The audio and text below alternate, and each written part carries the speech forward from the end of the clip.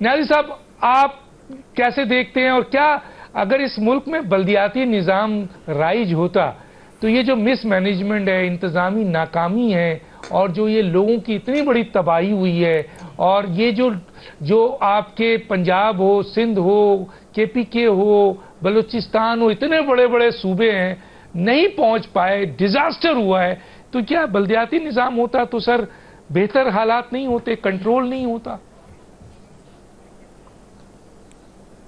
Doctor صاحب میں تو زبیر صاحب جو میرے بہت پیارے بھائی ہیں، ان کی حوصلہ افزا باتوں سے بڑا پر امید ہوں.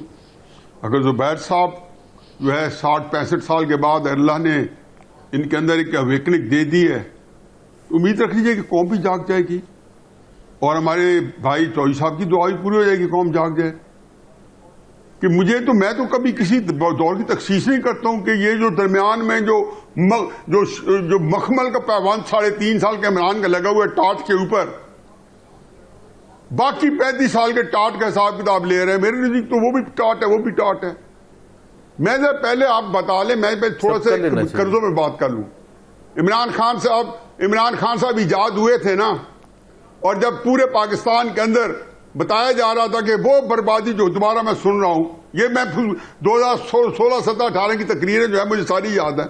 کیا کہتے تھے کہ یہ 2018 میں آ کے کہ جی مشرف کے وقت میں $6 بلین کا قرض تھا، اور یہ دونوں حکومتیں ملا کے 18 ارب اور چڑھا گئی، 24 بلین اور 6 بلین دوسرے قسم کا قرض تھا، 30 بلین کے چھوڑ کے گئی جو ملا جلا کے. پھر جب اب خود 45 بلین پہ چھوڑ کے گئے، اس کا ذکر نہیں ہے. تو اس کا مطلب یہ ہے کہ کوئی اس کے جس کو کہنے جی کہ بنیاد کے اندر کوئی خرابی مضمر ہے. اب میں کیا کس سے بحث کروں؟ ان کو پتہ ہے، کسی کو معلوم ہے کہ جب لیاقت علی خان کے خلاف کراس بنی کانسپریسی کیس لگا تھا تو نکال لیں میجر جنرل نذیر کی اور میجر اکبر خان کی سیشن جج کے سامنے گوگل کر کے بھی میں بیٹھا ہوں، رائٹ لیفٹ سائڈ کے اندر مرزا بیٹھا ہے. انہوں نے کہا خواجہ صاحب آپ ریزائن کر دوں. کیوں ریزائن کر دوں؟ وہ جنہوں نے پاکستان بنایا، بانی پاکستان کو کہہ رہے ہیں ایک کے خلاف گالپنی نہیں لمیٹڈ ہے. تو میں سنیں بات، پھر جب ساری بات ایسی سن لی ہے جن کا کوئی بیک گراؤنڈ نہیں ہے، ہم کہتے ہیں جی فلاں کر دی فلاں، یہ سنتے ہیں یہ آپ کا سائیکل ہے، یاد ہے چل رہا ہے سائیکل جو آج ابھی تک چل رہا ہے، لامتناہی تا حد نگاہ سائیکل کو چلتے نظر آ رہے ہیں. تو اس میں ایک اچھے فکر نریٹ کر لیں. انہوں نے کہا خواجہ صاحب آپ ریزائن کر دو. کیوں کروں؟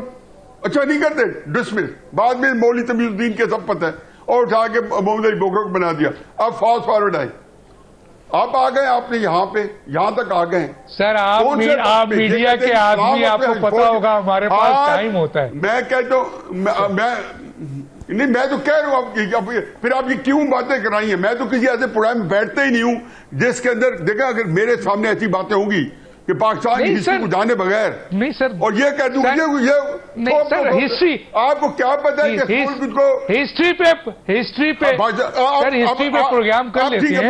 اب میں بس ڈاکٹر صاحب ختم بات ہے، میں بس ہو گیا ہوں. میں نے بات کرنی کر لی، میں نے صرف آپ کو یہ بتایا، شیشہ دکھایا، ابھی تھوڑا سا دکھایا.